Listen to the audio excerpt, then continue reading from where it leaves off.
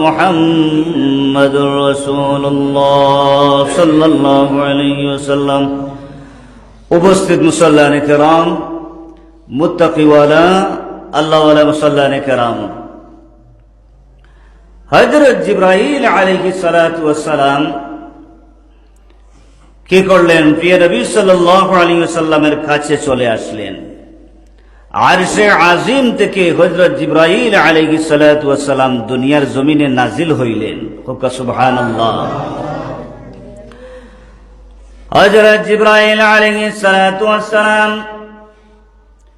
যখন আরশে আজিম থেকে দুনিয়ার জমিনে নাজিল হইলেন, নাজিল হয়ে বললেন, ইয়া রাসূলুল্লাহ, ইয়া হাবিবাল্লাহ, যদিও আপনার উম্মতদের আয়ু কম, কিন্তু আপনার উম্মতদেরকে মহান আল্লাহ সুবহানাহু ওয়া তাআলা সুযোগ সুবিধা বেশি দান করেছেন। সুযোগ সুবিধা বেশি দান করেছেন।